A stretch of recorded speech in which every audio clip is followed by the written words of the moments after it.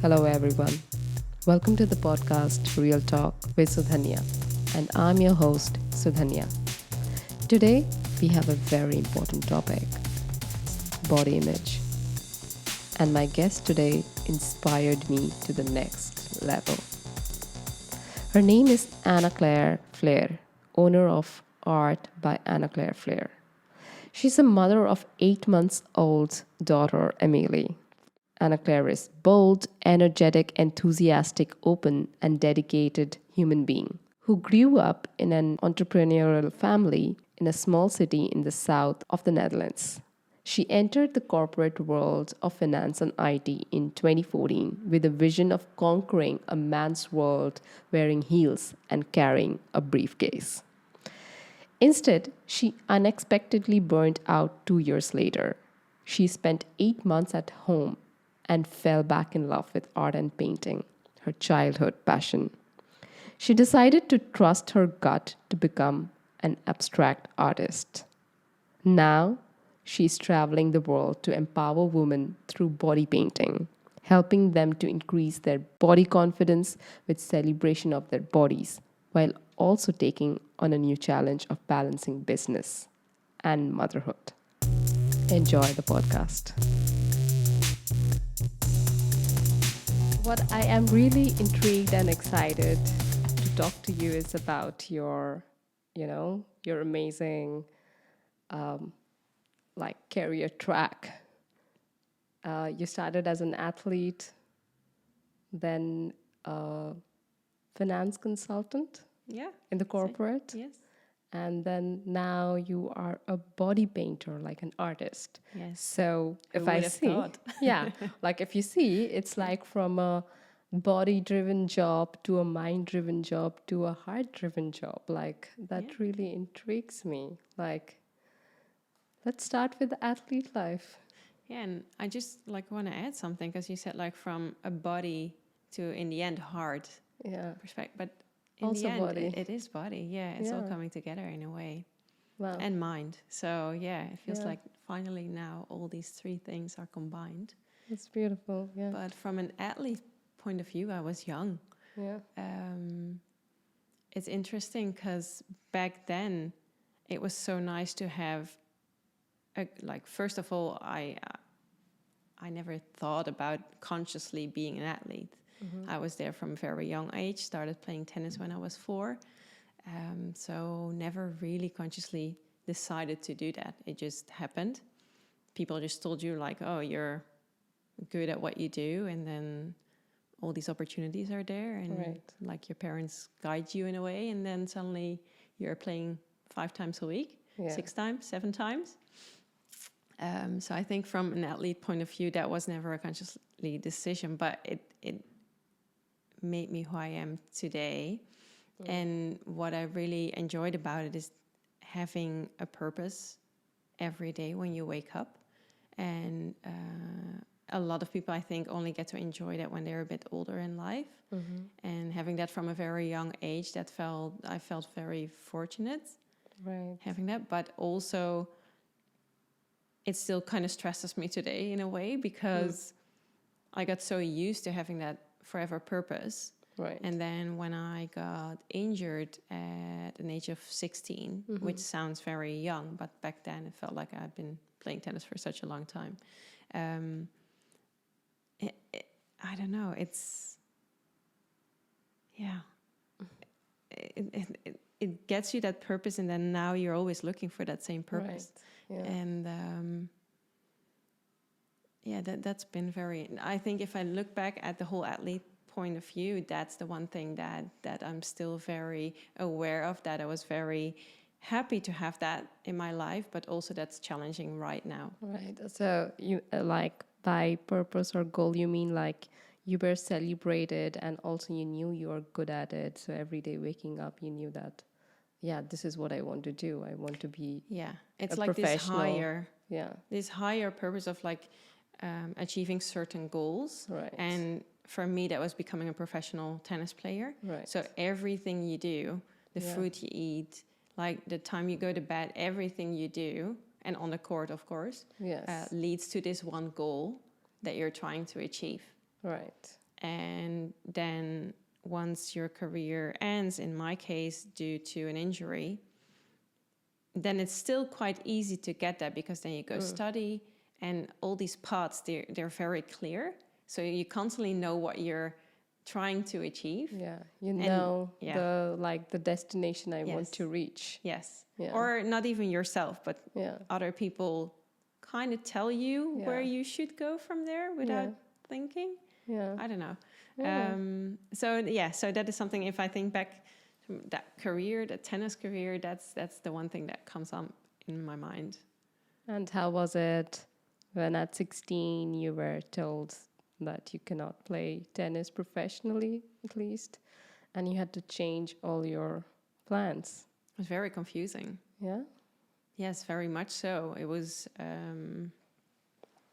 I mean, all your friends, because I build a life next to tennis, but there was only so little time. So when friends from school would ask me, hey, shall we go meet for, I don't know, what did we drink back then? An iced tea green. It would be like, let's grab my calendar. Like, oh, in 4 weeks on Thursday afternoon from 3 to 4, I can go for my iced tea green.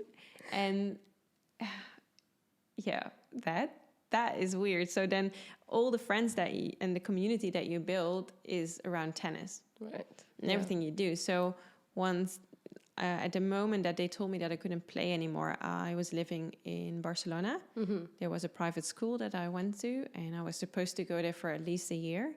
And after a few weeks, it was so intense there that I got injured. And like, I had all these injuries already, but it was just too much there. I was doing local high school.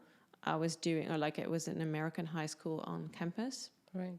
I was doing high school in the Netherlands, which I had to fly back for exam weeks because I was too young, so I still need to go to school here. Right. So I couldn't let that part go. And then we were doing the physical aspect of tennis every day, a few hours. And then there was the regular training. Right. And then for my body at that moment in time, it was just too much. Right. So when they told me, it was a few dreams that suddenly dissolved. It was like I couldn't be in Barcelona anymore, because what was I going to do there? Everything it was around tennis. And then like coming back, I was feeling lost. I was like, okay, so who am I without tennis? Yeah. I had to re-identify myself and get to know myself without tennis. So it was a sad time, but I was so young that I didn't consciously, I don't know, really. Like it was not that painful. I think looking back at it, it might have been. Yeah. I think I felt really sad in that moment, but I didn't express it, because it was more like, okay, so now tennis is over. I need to, Next what's goal. the next? Yeah, exactly. let's That move was on. the way I lived my life. So I was like, okay, let's go study. Was a part of you who was feeling relieved as well? I guess so, because Yeah. part of the injury was tension. And You mean mental? yeah, so the mental part led to the physical part. Okay. I got so stressed by all the performance, the pressure of performance, that I laid upon myself, but also your trainers and like people you don't want to disappoint. Right. And parents, of course, because they put a lot of money, effort, love into it sending as well. you from Netherlands to Barcelona. Yeah. And also in the Netherlands, just like a few times a week, they would drive me to Brabant from Limburg. And like my school, they put gym at the end of the day so that I could leave early. Like everyone just was adjusted themselves to make your dream happen, which was being a professional So athlete. I guess that pressure was mental, and then it came out physical. Right. And so yes, there was a relief in a way that, I don't have to perform anymore in that way. Yeah. Because that took a toll on my body. And that time, because you went to this professional ambience for learning tennis, was there a mental support also? I think these days there are. Yes, back then, I'm talking about 15, 16 years ago. Yeah. Which sounds not too long ago. Yeah. But they didn't really look holistically. No. at all. No. At least not in the communities that I was in. No. I don't know. And I'm guessing just I don't general. think so. It's still there. Yeah. But like I think a professional athlete can tell us. Yeah. But yeah. Yeah, But back it then also there causes, wasn't. Yeah. So I guess looking back, it would have been nice to have someone to talk to, or for someone to advise me to go see someone. Doesn't have to be a psychologist, but just someone, like a person that you can talk to and discuss, like, okay, my life is different now. How do I rebuild it? I know I have to figure that out myself, but someone just to share my story with. Right. Yeah. Yeah, that would have been nice. Yeah, nice. Yeah. And then let's move on to the next journey that you had. Like, so yeah, I went in that mindset of performing because it's also addicting. Yeah. It's super addicting. It's very masculine, by the way, yes, right? Oh, absolutely. Absolutely. In that mindset, it was like, okay, so what's the next goal? Okay, I need to graduate from high school. Well, yeah, okay, let's do that. Yeah.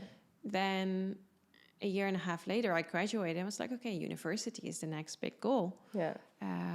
Let's go there. And then I moved to Amsterdam from my hometown in the south of the Netherlands, which was a big step, but was fine. I mean, I lived in Barcelona, so it's like, let's do this. Yes.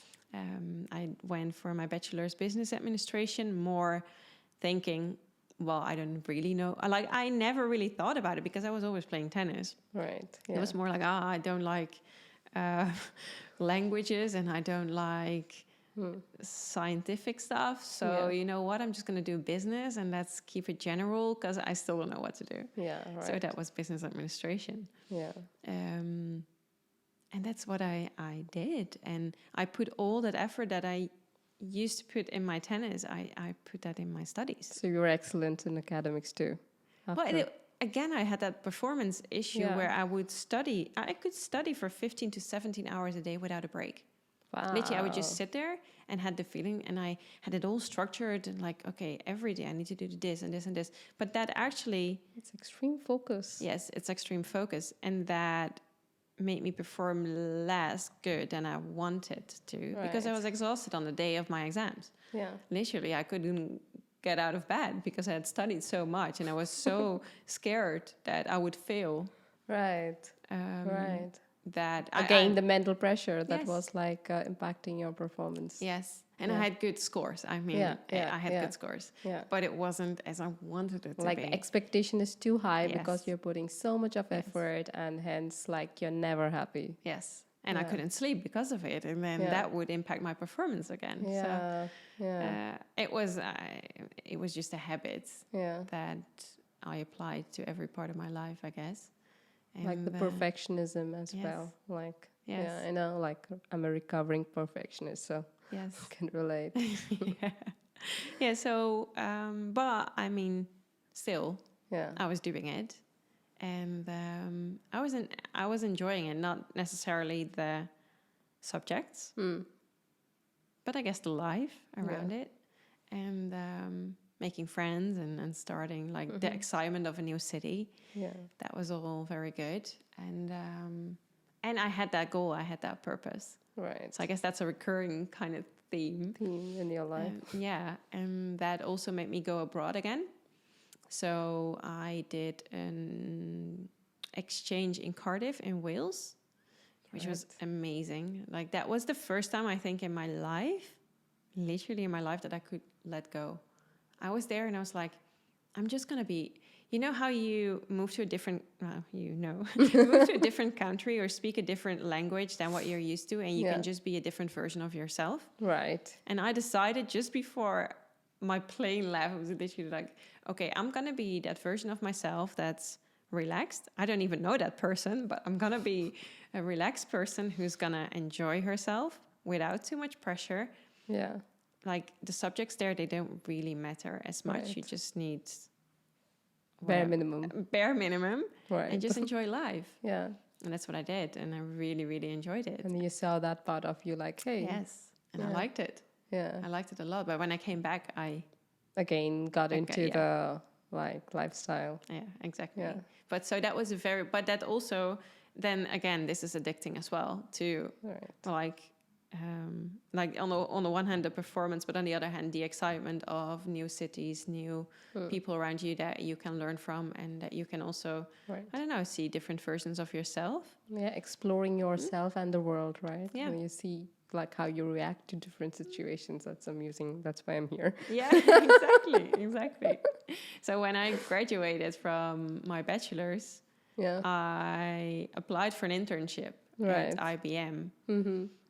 and I got it. And then I was like, "Oh, guys, by the way, thanks for everything, but I actually want to be abroad. Yeah. Like, is there anything you can do for me within IBM?" Yeah. And then I don't know what I did. Like, I kept pressuring them, I guess. Yeah. And they came back and, well, there might be an opportunity in Singapore. I was like, oh, well, hey, Oh, wow. when can I leave?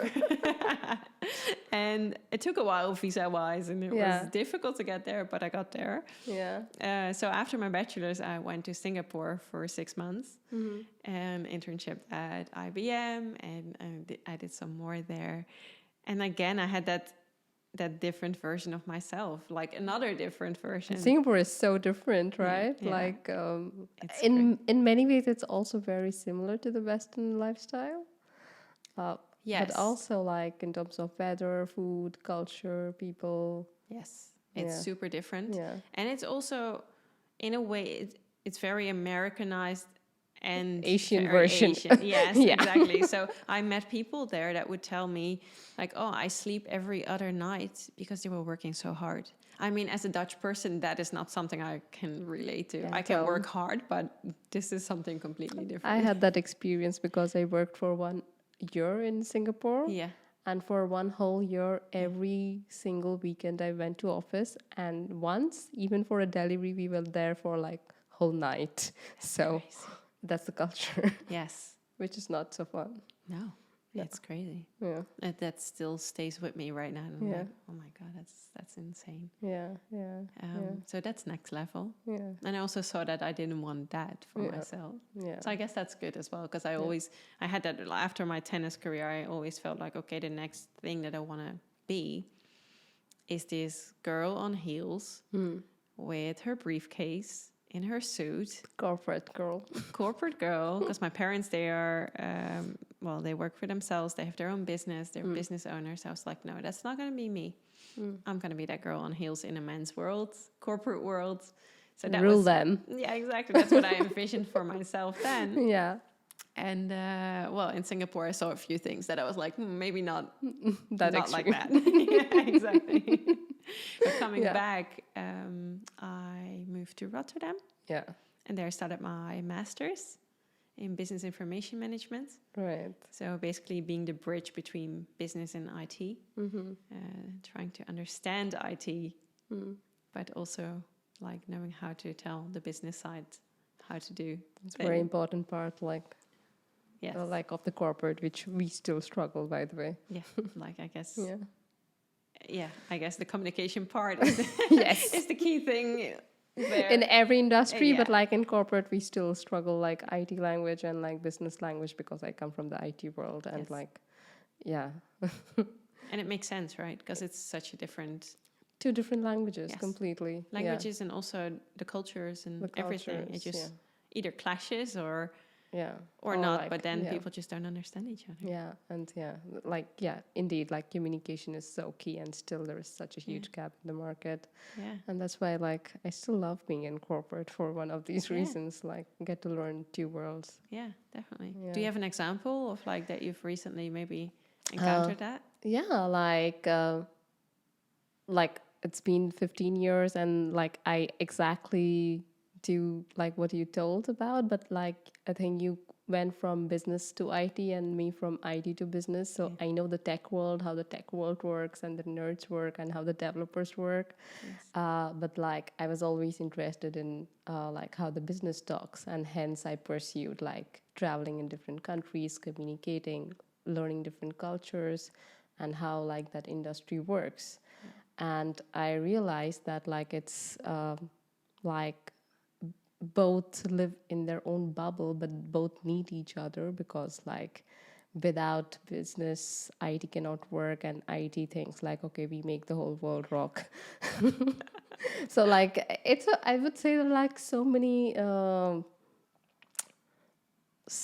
experiences that I have, like just like basic language and also like the culture, I would say.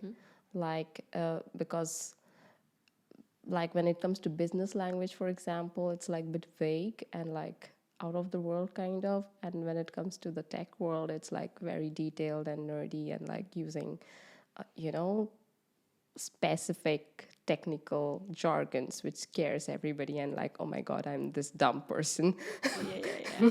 But they would also think that without this specific language or specific word even, they wouldn't be able to make what they're making. No. Whereas business is more generic, like Exactly. as long as you get the point, then you get the story. Right. And I guess that's also a big difference between the two. Yeah, and it's fun also, like in that sense, like, so I feel like yeah, people like you and me like help bridging that gap.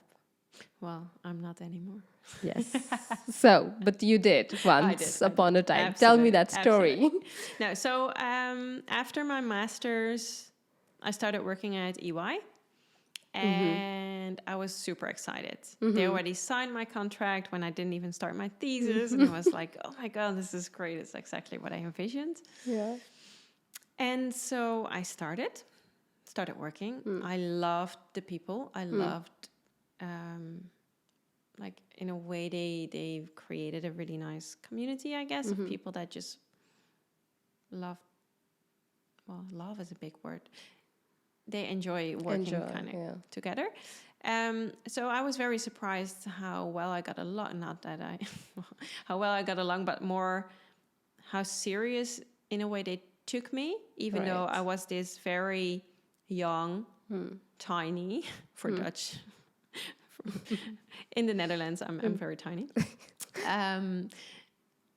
Yeah, so I wanted to make myself bigger on my heels, and wearing those dresses and suits that I thought that would make me look older.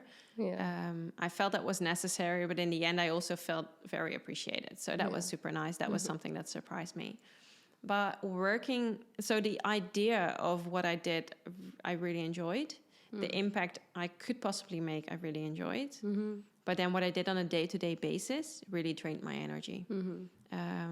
But because I was so excited about the whole envisioning part of it, I kind of didn't listen to my body. And also after my injuries, I kind of ignored my body. I was like, well, you're of no worth anyway. Like you couldn't even get me through that. So I kind of ignored all the signs and all the everything that my body just screamed at me. Let your mind dominate. Yes. Yeah.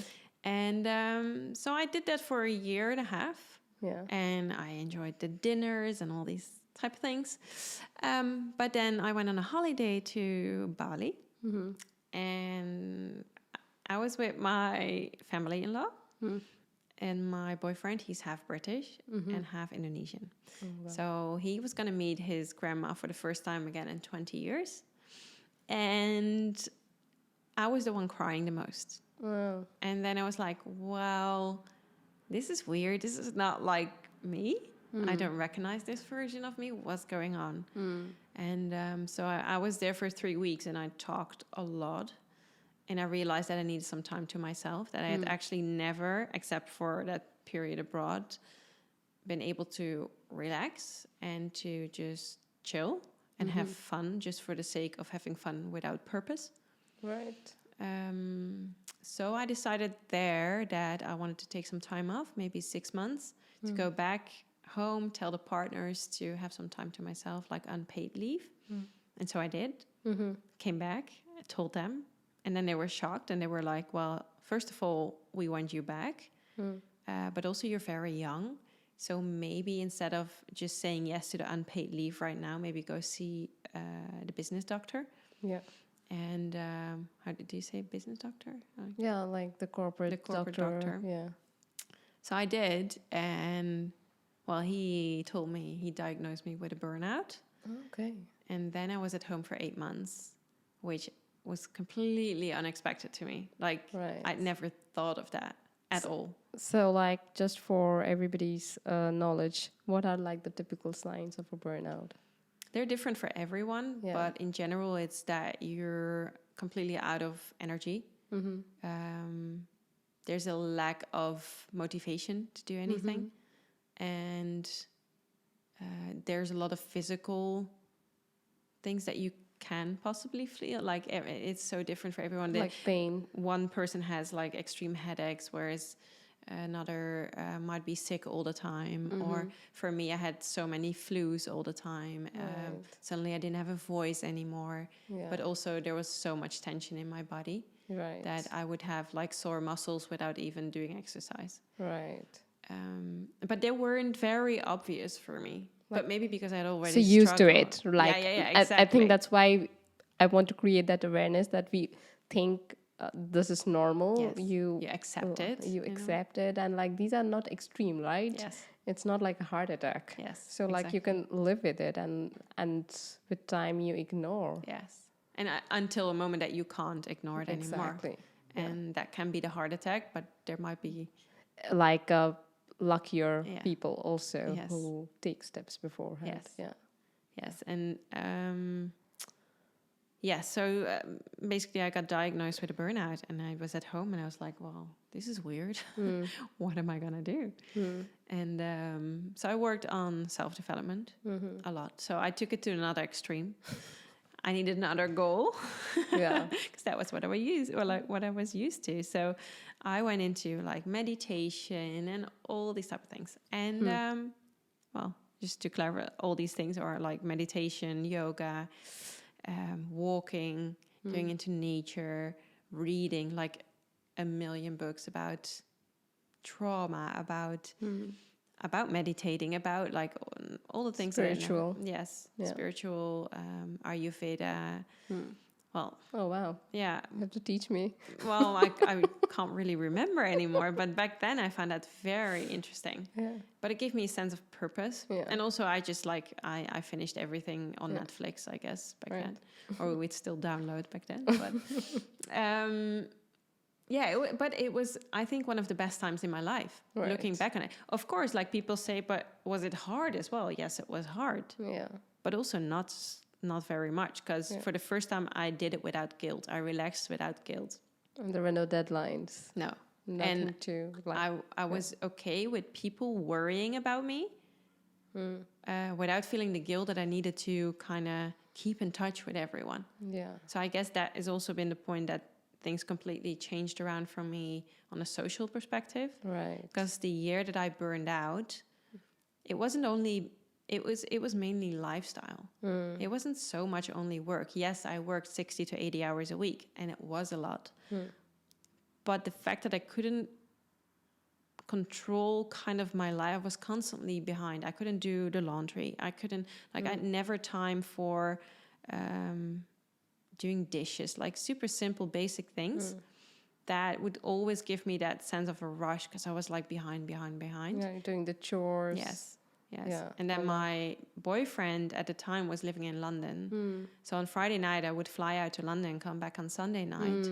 And then all the other weekends, I had to see people that I met all over the world. Right. And so I was flying everywhere. So in the year that I burned out in April of that year, I already knew what I was going to do every single weekend until October of that year. Wow. And in October, I burned out. And even though they were all super fun things, they all felt like a to-do. It was like, overwhelming Yes. and like Too much. like a chore, like Yes. it's no more fun. Yes. And now I also realized and know that I'm an introvert, even though I'm an easy talker. Yeah. And I'm enthusiastic about life, and people would easily say like, oh, you're an extrovert. You're the extrovert. Like, Yes. I totally get you. Like, people, every time I have to argue myself, like, oh, you are so easy to talk to. You are like, must be extrovert. Like, no, I need me time to recharge, actually. Yes. Yeah. And I only learned that back then. Oh, okay. Yes.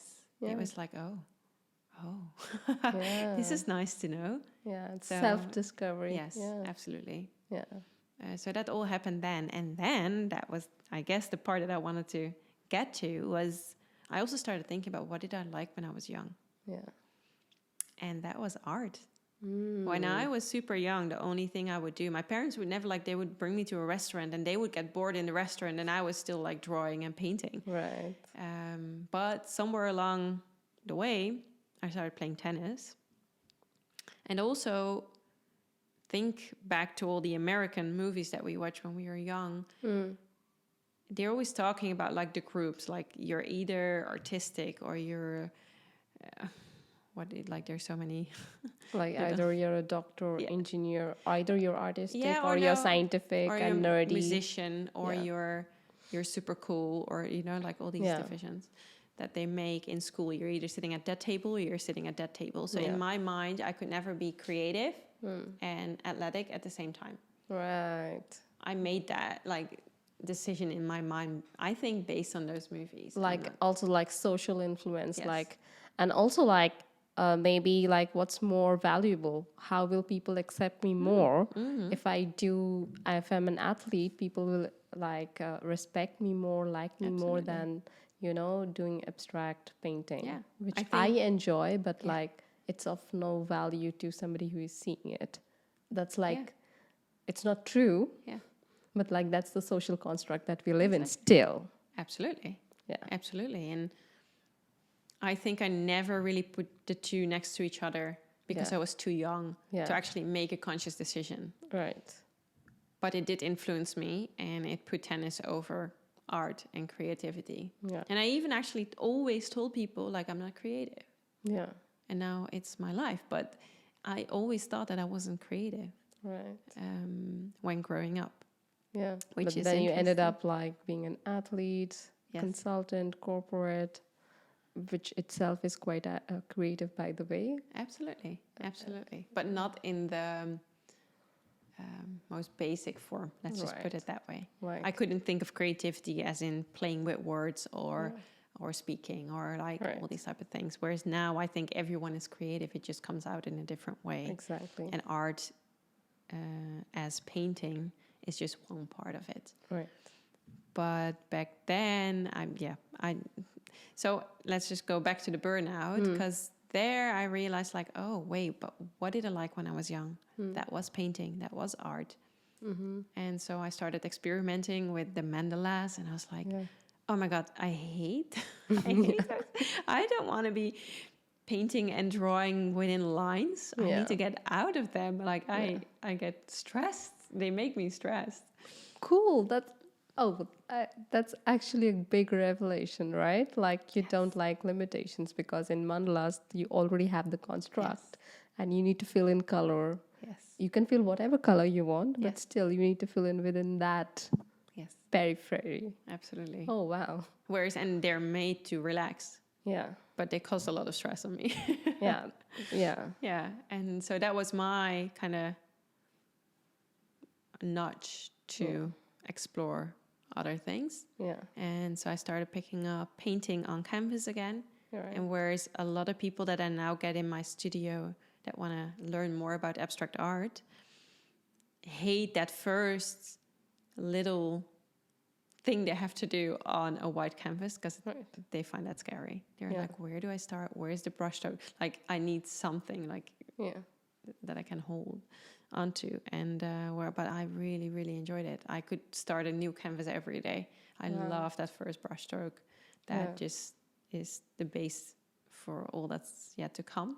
And there's so much freedom in there for me. So I started doing that in my small apartment, and then I was like, well, but this needs to be bigger and more expressive. And so it grew and it grew and it grew, and I didn't think about it commercially. It was just fun. It was, for the first time, it was just fun and exploring a part that I didn't know about myself. And did you learn a lot about yourself while you were in that burnout phase, and you were making these abstract arts, and you would see back and realize like, hey, I learned something about me through this? Yes, but more in a way of letting go of, not that the painting in itself, I'd often link it to my body. Let's just say that I imagine where I had pain and then I would start there. Like I would imagine that on a canvas, for example. But it wouldn't really express what I was feeling, but it was more that I realized that I wanted to break free and to that color for me was a way to do so. Right. And that was really nice. That was a really nice discovery. Yeah. So, and that's also a very beautiful, like, I would say, comment that you made, that it's not always about the art that you create, but what the change that happens within you because of doing that act, Yes. because you feel free in Yes. that. So, like, even like, and what kind of person you become just because of doing that, because for you, that's freedom. Yes, absolutely. Yeah. And that was my sign, or it was a yes to myself, Yeah. that I could pursue more freedom in the rest of my life as well. Right. Because that made me so happy in Yeah. my little apartment, having that sense of freedom. Yeah. And that I started exploring more in life as well, Right. which at the end of my burnout made me decide to leave the corporate world and to move to London. And not because I was very excited about London in itself, because I was like, there's so many things going on. And after my burnout, I just don't feel like it. It's so big and overwhelming. But I knew that I needed to make a lifestyle change. And I knew that abroad, I would always feel a sense of freedom, a sense of a new me. And my boyfriend was living there, and I didn't want to travel anymore back and forth. And so I moved there. Yeah. And I was thinking of going straight into art and being bold.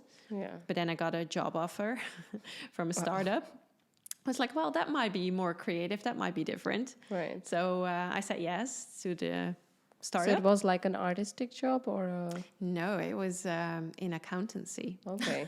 Okay. Maybe the least Back to like the mind was alluring you, like this is more valuable. Yes, exactly. And but I was like an account manager. I was like, well, then I can just like speak to people on the phone, which I hate. Oh, I hate it. But I was like, well, maybe it's super interesting. Yeah. And it's a startup, so there might be more creativity. Yeah. And the people are more creative in itself. But 8 months in, I was like, well, what am I doing here? Yeah. I'm traveling through the entire UK Yeah. on a weekly basis. The only thing I do is I'm being on the phone and I'm on a script. Like 80% of what I say is on a script. Right. Like, am I? It's not even like this is no from freedom. myself. Like it's not No. even original. No. And then No. people would stand like your managers would stand behind you to listen into your calls, to check on you. And I was like, well, this just freaks me out. It's exactly opposite of what you wanted: freedom Yes. and no, periphery. Yeah. Exactly. This And was the one last test. yes, because I was on another holiday in the mountains of Austria, and I was like, what am I doing?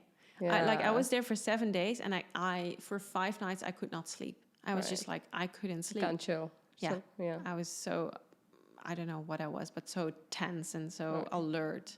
Yeah. It's like, okay, this is not okay. And Yeah. so right there and then I decided I'm going to quit my job.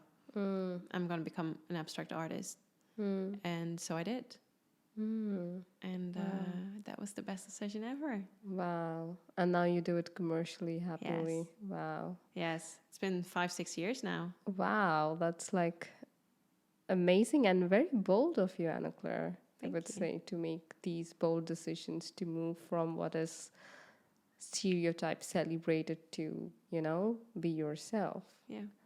And you do body painting. So you told about abstract Yes. painting, but how did it land up on body? Yeah, good question. So, when I started abstract art, first of all, I didn't want to have the pressure of having to sell without me having a certain style yet. Right. I wanted to keep that freedom without being like, okay, this is what I do and this is what I'm going to be doing forever. So I took a job at a local coffee shop. And I learned how to do like nice coffees, latte art, and which was quite creative as well, and build a community there. And what I told myself was, in exploring art, I'm going to say yes to every opportunity that comes along, because abstract art is just the start of what I want to be doing, but I'm not sure yet where I want to go. So I'm just going to say yes. And so it happened that I had my first exhibition in the coffee shop that I worked for. And then a lady came working there, and she was a photographer. And I'd always done photography, but more like adventure-wise because I traveled a lot. So I had all the equipment. But she said, like, shall we do a collaboration? I was like, sure. What are we going to do? And then she said, so my sister is a nude model for live drawing classes in a university. Shall we do some body painting? I was like, well, that sounds fun. Let's do it. And they were super French, and it was super typical. So they came over 8 a.m. on a Sunday morning, brought croissants and coffee. Oh. And we started doing body painting. And I had a very big painting in my living room because I would always leave it up to see if I wanted to make some changes to it. Right. And I was like, well, I can replicate that on the body. So we did. And 5 hours later, I was like, well, this is absolutely amazing. This feels like home. It felt so good. And she took the photos. And still, I mean, I didn't think about it commercially, but she took the photos. And as a creative, I just had a different point of view. And she's super good. She focuses on nude photography. So this was her thing. Yeah. But then again, I would have done it differently. Right. And as it so happened, a few weeks later, I met another nude model. And she was like, well, I want to try this. I was like, well, you can come over. I mean, this is super fun. And but the photographer, she couldn't make it. Yeah. So I was like, well, I can do that myself. And I did. And that was even more amazing because then I could combine my two hobbies. Yeah. But then again, I was still not thinking about it commercially. It was just fun. Started posting it on social media. And more friends were like, okay, this is, can I do this as well? Yeah. It's like, okay, so there is something in there. Yeah. And I started working with Airbnb experiences. And they started promoting my work because to them it was quite unique to push people for a local experience. In London, like me, body painting. Yeah. And so I got women from all over the world. And the whole point about Airbnb experiences is that people write reviews. Right. So I offered my body paints for like almost nothing because I was like, who wants to do this? And for me, it was more an extra. Yeah. And then I got all these reviews that said, well, you've helped me with this and that. And that was linked to body image. And then to me, it just clicked. I was like, well, but this is perfect because to me, my body has been a struggle forever. And if I can help other people accept their bodies and embrace their bodies in a way that for me has been really hard as well. And at that moment was still a process. So that for me, that was just so everything came together, like your purpose, like the bigger goal and purpose in life to all your skills, to your what makes you alive. Yeah. And that was the moment that I decided that abstract art was going to be part of the body painting. Right. But it was not going to be the one thing that I was not going to sell my art anymore unless I have some extra art that I feel that people should just like. I hate it when it's in my studio and other people can enjoy it at home. That just hurts me. Yeah. But that was not my main my main focus anymore. Wow. And it became body painting. Yeah. So it's what I understand is that it's just not an artistic endeavor, but it's much more deeper than that. Yes. I always, people ask me, what are you? I do say, like, a female empowerment body painter. But the focus is never really on body painter. When people say, like, are you a body painter? I would never really think of myself as a real body painter. Right. I empower women through body painting. Yeah. That's what I do. Yeah. And that, to me, is a whole different focus. Yeah. Like the bigger purpose. Yeah. Why you are doing, and this is just the what. And that's for you. It's body painting. Yeah. That's beautiful. So I'm very curious, like how has your experience been with like some of your clients, any transformations that you really witnessed through this journey? Oh, so many. Yeah. I don't even know where to start. Like, they bring me to tears basically every single week. Yeah. And there's two parts to it, so I will will tell you about like a few that are just top of mind for me. Right. But then also come back to my own journey there. Yeah. It's also transformed me. Because I saw all these women in all these shapes and forms and backgrounds and ages, basically from 18 years old until 70 years old. And it didn't matter whether they were super like small, like big, it didn't matter. They were all kind of insecure, or they had been insecure, and now they already transformed themselves and wanted to celebrate themselves. And we were all talking about the same things. Right. Every single person. And it didn't matter what they looked like. And then I was like, so why are we doing this? And I started questioning things, and that's really helped my own journey with my body.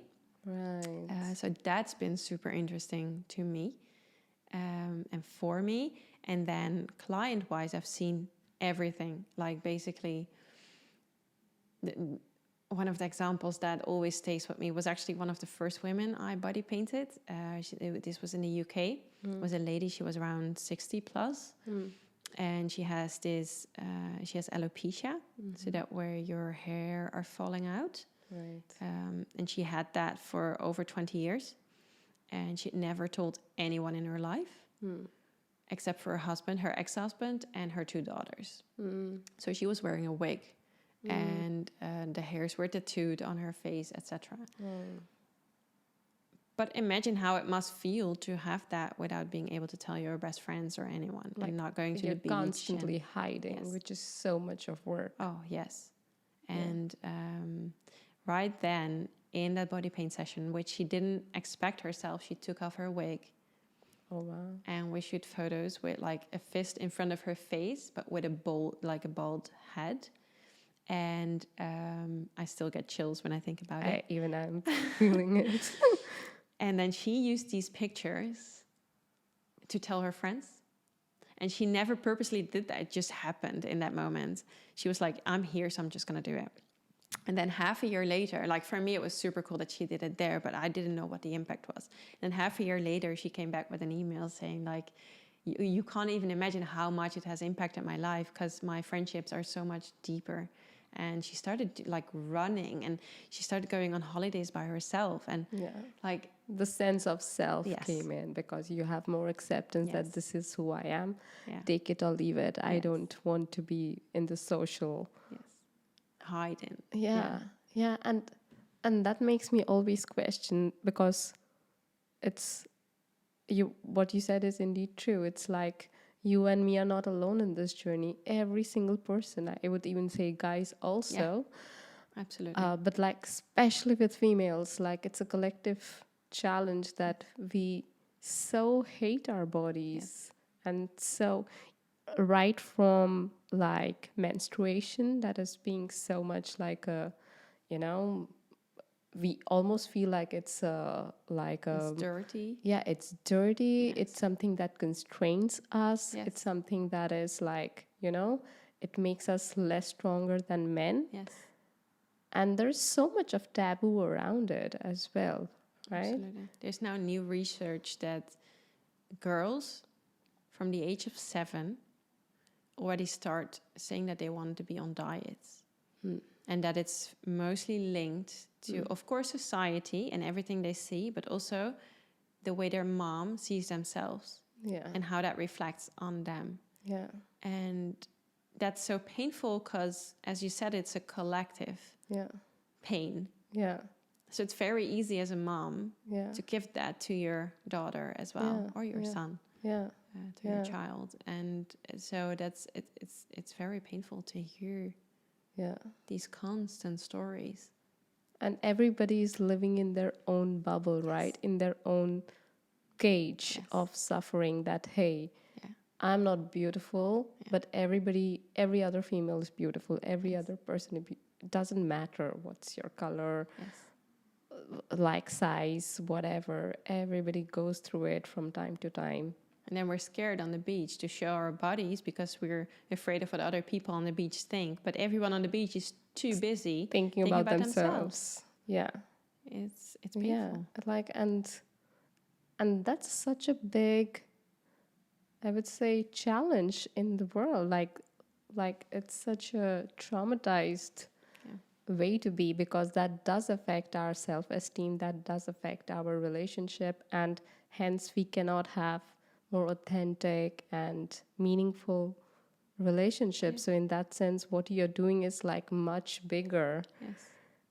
than just, what it looks like, what's in Instagram, Yes. right? Yes. Absolutely. Yeah. Absolutely. And that feels, on the one hand, that makes that I wake up every morning with a sense of purpose, but it also makes me sad oftentimes. Yeah. Because the one question I always ask when I start like the photography part of the body painting, where they blend in with the background art, I'm like, what is your favorite part of your body? And then the first reaction is 99% is like, I don't know, but the one thing I don't like, and then they get a whole list of things that they don't like. And I'm like, no, let's go back to the one thing that you do like about your body. And then they're like, well, I don't know. And I'm like, okay, let's name one. What do you kind of like? Well, I don't know. And then sometimes it comes back, like they do come back with an answer, but oftentimes they don't. And at first, that really brought me to tears. Right. Now I'm kind of...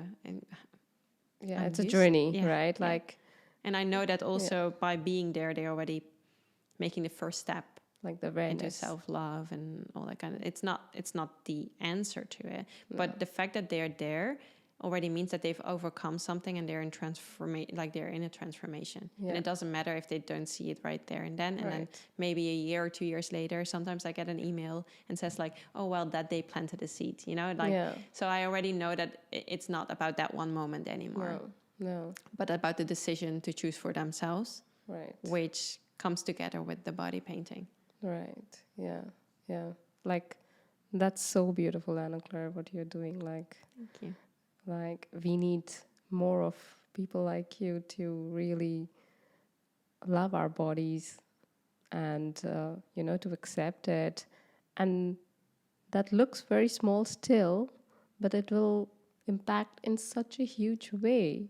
Yeah. Like our relationships and hence our next generations, the world. Absolutely. It's just not one single topic. It's not one single angle. It has so huge repercussions around it. Absolutely. And that's also like every mother that comes to my studio, I'm just clapping, because imagine having a picture of your mom body painted in the house. Yeah. Imagine what that does to a child. It just shows Proud. them that, yeah. It's like, well, my mom, maybe like if they're a teenager, they're like, well, this is weird, but it's okay. Yeah. They do see that their mom accepts themselves the way she is, and she even celebrates it. Right. And that is the biggest thing that you can teach your child around self-love and body image, I believe. Yeah. And it can be body painting, can be anything. Right. But at least to show and to celebrate your children, like celebrate your body and show that to your children is, I think, such a great example. Yeah, and I think it's one of the first few generations who is doing this, right? Yes. Like if we talk about our previous generation, they still have a huge amount of, trauma around it and still cannot even imagine doing body painting. Yes. Absolutely. Like people who dare to do it, like they're very special. Yes. And like our generations, like there is like the start of the break, but it's a long way to go. It's a long way to go. I had a woman in my studio on Wednesday. So it's 2 days ago.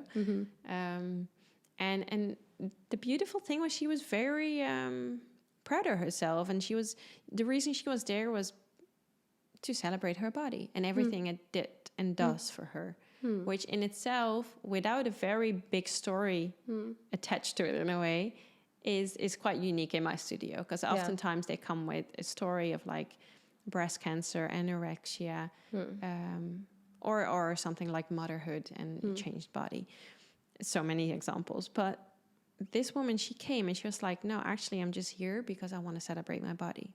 And because I appreciate everything it does for me. And I find that needs to be on a wall at home in the form of a picture. And then she was like, but the one thing that shocked me the most was the fact that I told my friends about this, and all of my female friends said like, oh, this is typically something you would do, but I wouldn't dare doing it. And then she was like, I was so in shock, because most of these women, I would say, are proud of themselves, or they are confident. And even these women that I would consider confident are not confident enough to do the body painting. Yeah. And then that's what she told me, that she was so shocked about. Right. And I was like, yeah, I hear that a lot. Yeah. So it's like we are almost scratching only the topmost layer issue. It needs to be dissected. And like, you know, people might think that, you know, we are talking about it and like we are completely fine. Like, for example, let me take my example. And like, because I dare to talk about it and having this discussion that like, yeah, everything is fine. Yeah. Or I don't have days where I don't like my body, but I do. Yeah. Like, forget about the reason. It's like much more huge collective challenge that we have. And like being a conscious person, I think it's so important, and I feel responsible to talk about it to help other women, but also to help ourselves, right? Because like, let me go to this question for you. Like, what's your relationship with your body now? Like, This is a super interesting question. And up until 3 days ago, I would have said that it's changed so positively that I would really consider myself body positive. Yeah. And I am. Yeah. On a, how would I say that? No, let's just put it this way. 3 days ago, I went to a physio. And they're also like looking at things back from my tennis career.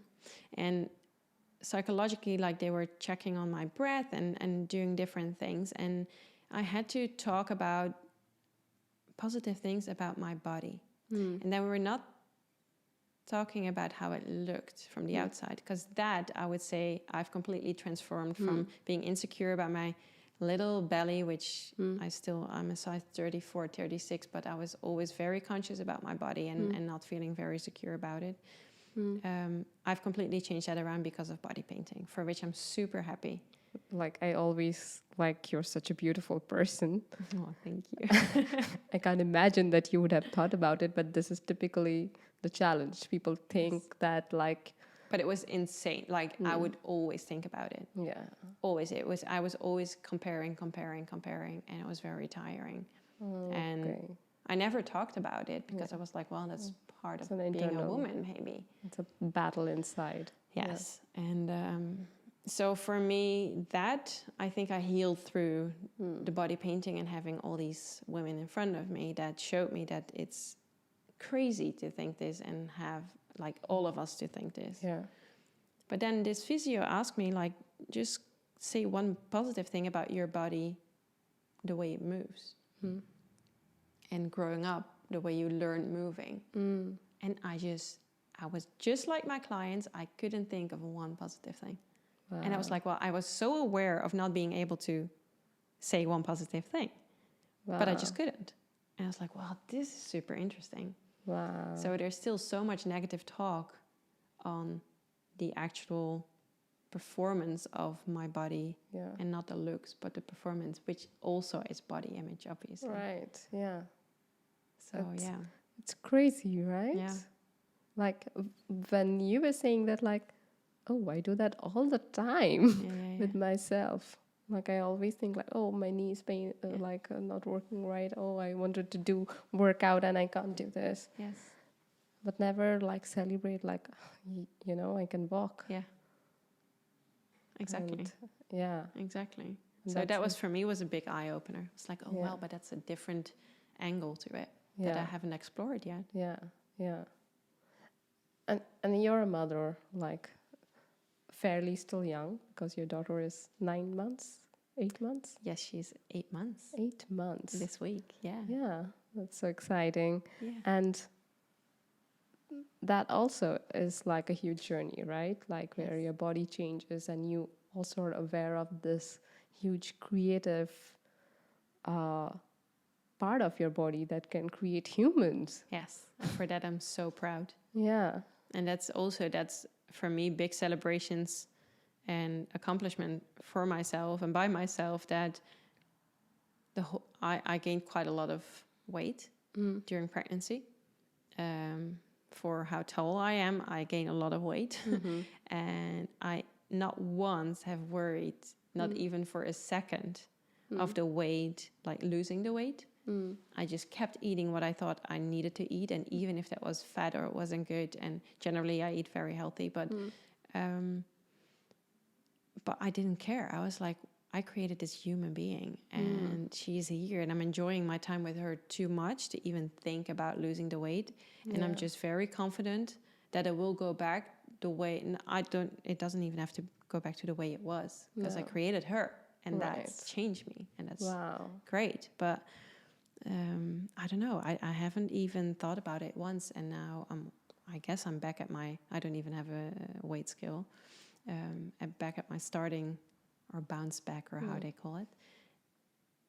But I didn't have that. I was like, wow, this is amazing. Because that's like, just by sharing this, like you're a role model for so many women who like after years after pregnancy also they deal with it. And the fact that the whole process of pregnancy and like what a woman goes through after that is so underspoken, under aware, underrated.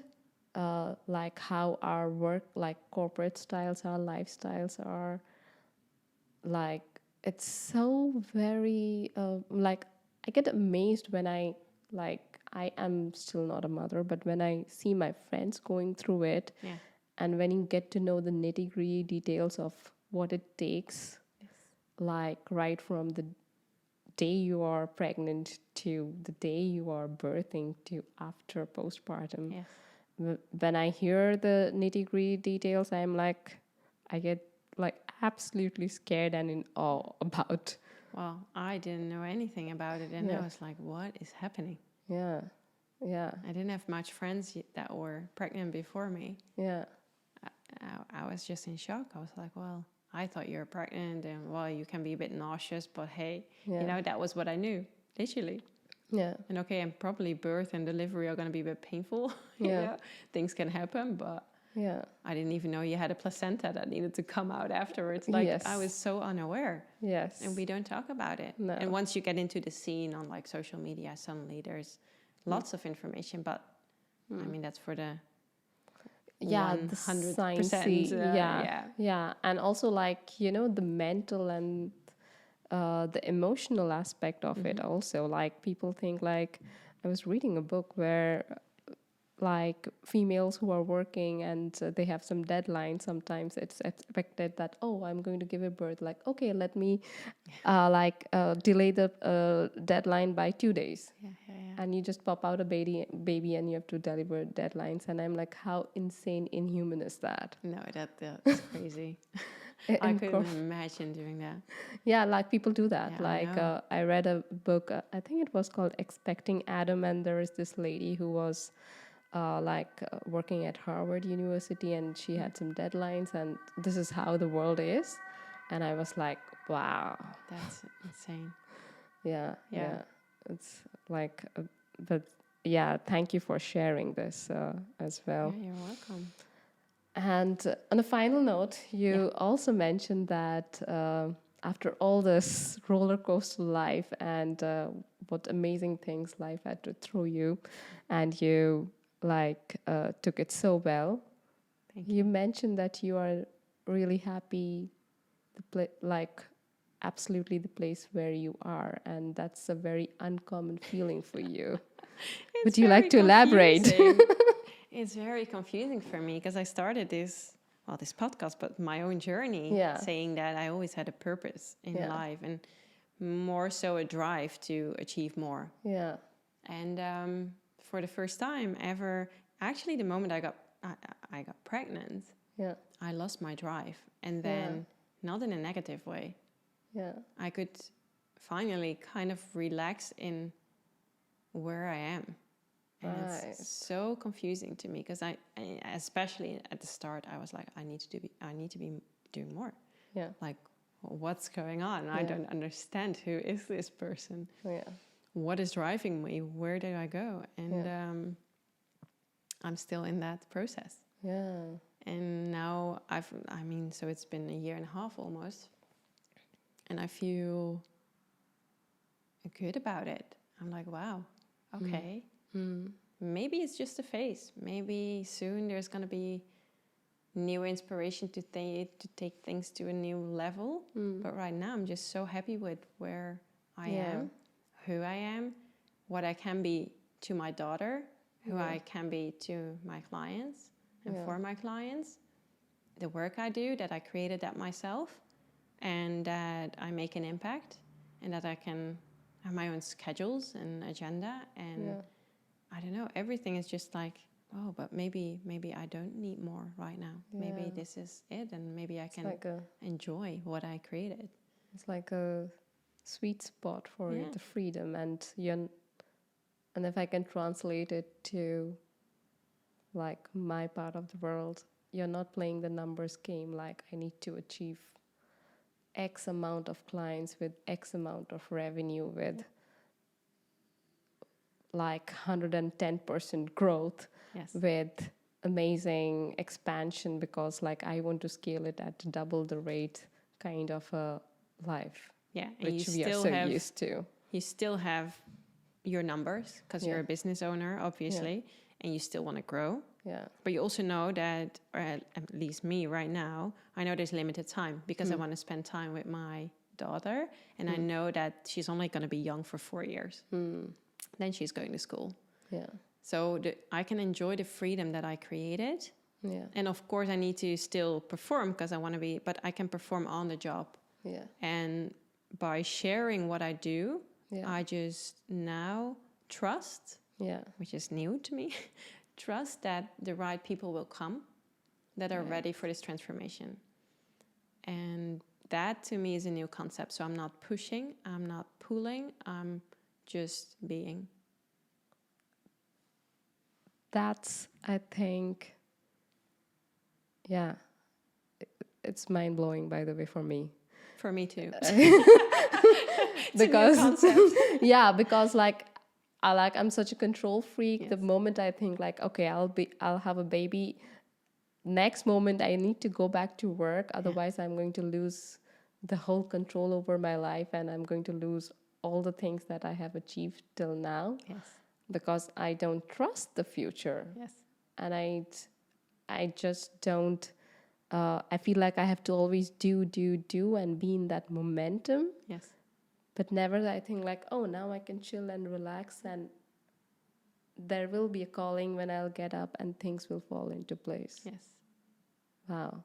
And I think motherhood can help you with that. And maybe with a lot of women it doesn't. But for me, that whole pregnancy already made me do exactly that.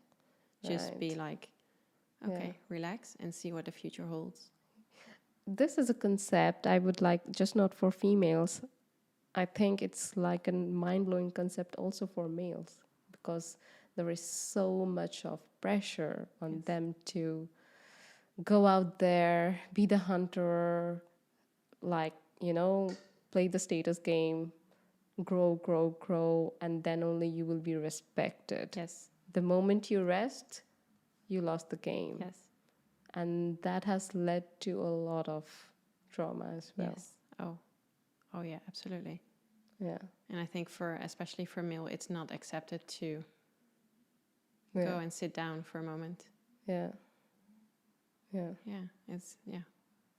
so much we can say about that, but and about this whole, I don't know. It's super interesting how that is just ingrained into our culture and society. It's so hard how to get out of it. I do feel like COVID taught us to sit and relax a bit.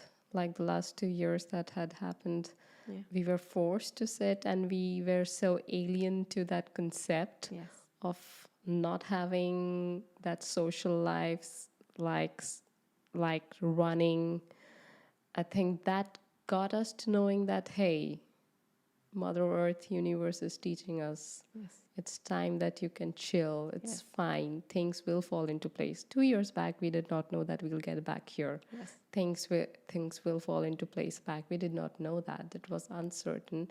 But still, we were like forced kind of to relax And trust and trust the process. or distrust. But Yeah. And yeah, different people, it led to different, because Yes. right now the amount of burnouts are much more higher because of what you're saying, the distrust and like the whole uncertainty, the fact that we are so uncomfortable as species on uncertainty, and everything needs to be so agenda driven.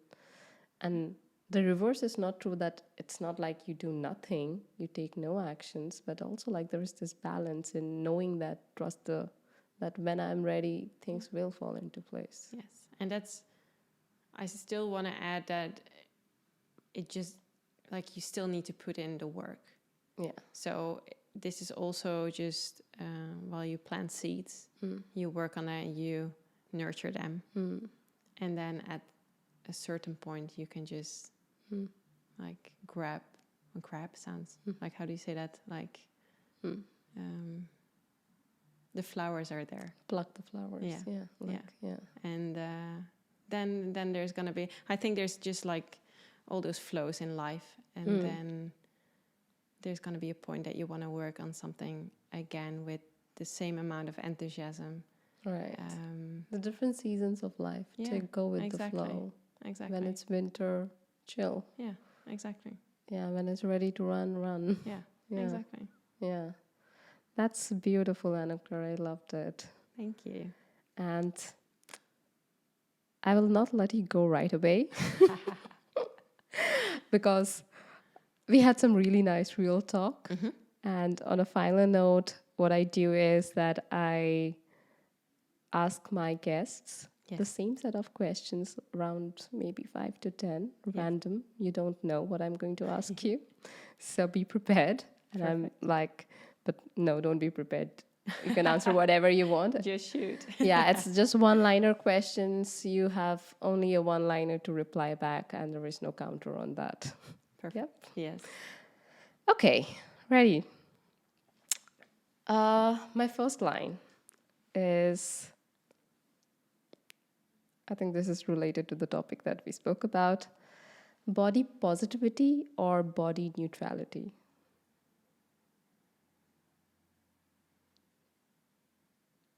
Body neutrality.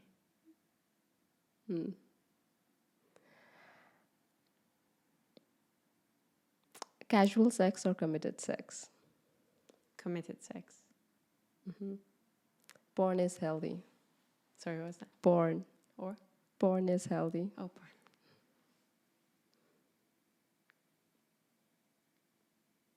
No comment. White men rule. But they shouldn't. I don't know. That's my one-liner. Okay, good one. Black Lives Matter movement made me more aware of reality. Oh, yes. Emotions are weakness. No, their strength and vulnerability. Yeah. Parents fuck up their kids no matter what. Yes. And get ready to accept it for as soon as you become a mom yourself. That's what I told myself. By the way, every single guest answered yes. So, and okay, on a final note, caregiving is an underpaid industry. So can be nurses, teachers, daycare. Yes, absolutely, because they really, well, caregivers, the word says it. We need more of them, and if we don't, like, to me, they're equal to love as well. Yeah.